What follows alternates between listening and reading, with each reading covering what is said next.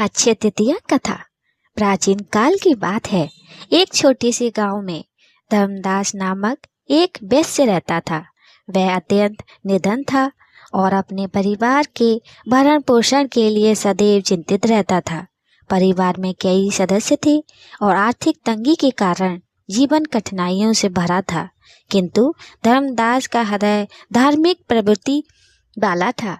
वह सच्चे मन से देवताओं और ब्राह्मणों की सेवा करता था तथा सदा सदाचार और धर्म का पालन करता था। एक दिन धर्मदास ने एक संत से अक्षय तृतीया व्रत का महत्व सुना। संत ने बताया कि इस दिन पूजा, व्रत और दान का फल अक्षय अविनाशी होता है। यह सुनकर धर्मदास ने निश्चय किया कि वह इस पावन पर्व को विधि पूर्वक मनाएगा। अक्षय तृतीया के दिन वह प्रातः काल उठकर गंगा स्नान के लिए गया। स्नान के पश्चात उसने विधि पूर्वक देवी देवताओं की पूजा की।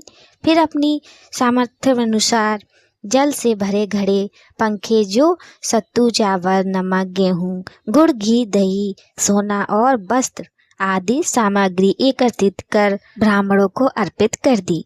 धर्मदास के इस विशाल दान को देखकर उसकी पत्नी और परिवारजन चिंतित हो उठे। उन्होंने कहा, यदि तुम सब कुछ दान कर दोगे तो हमारा पालन पोषण कैसे होगा? परंतु धर्मदास ने आत्मविश्वास के साथ कहा, जो भगवान को समर्पित किया जाता है वह व्यर्थ नहीं जाता। ये पुण्य मेरे और मेरे परिवार के लिए अच्छे फल देगा। धर्मदास ने हर वर्ष अक्षय तृतीया के दिन इसी श्रद्धा और समर्पण से व्रत, पूजन और दान किया। वृद्धावस्था और कई रोगों से पीड़ित होने के बाद भी उसने व्रत और दान का क्रम नहीं छोड़ा। अंत जब उसका इस जन्म का जीवन समाप्त हुआ तो पुण्य के प्रभाव से उसे अगले जन्म में कुशावती का एक प्रतापी और धनवान राजा बनने का सौभाग्य प्राप्त हुआ। कहा जाता है कि वह राजा इतना धर्मात्मा और दानशील था कि त्रिदेव भी ब्राह्मण का रूप धारण कर उसकी यज्ञ में भाग लेने आते थे।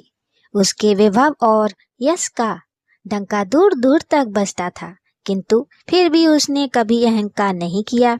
वह राजा आगे चलकर भारत के महान सम्राट चंद्रगुप्त मौर्य के रूप में जन्मा।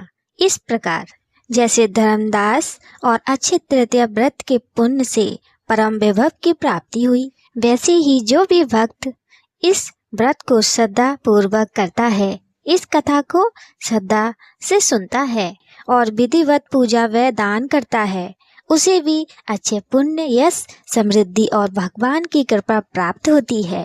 दोस्तों, कहानी कैसी लगी कमेंट में बताइएगा। लाइक, सब्सक्राइब, शेयर भी कीजिएगा हमारी अगली कहानी के लिए।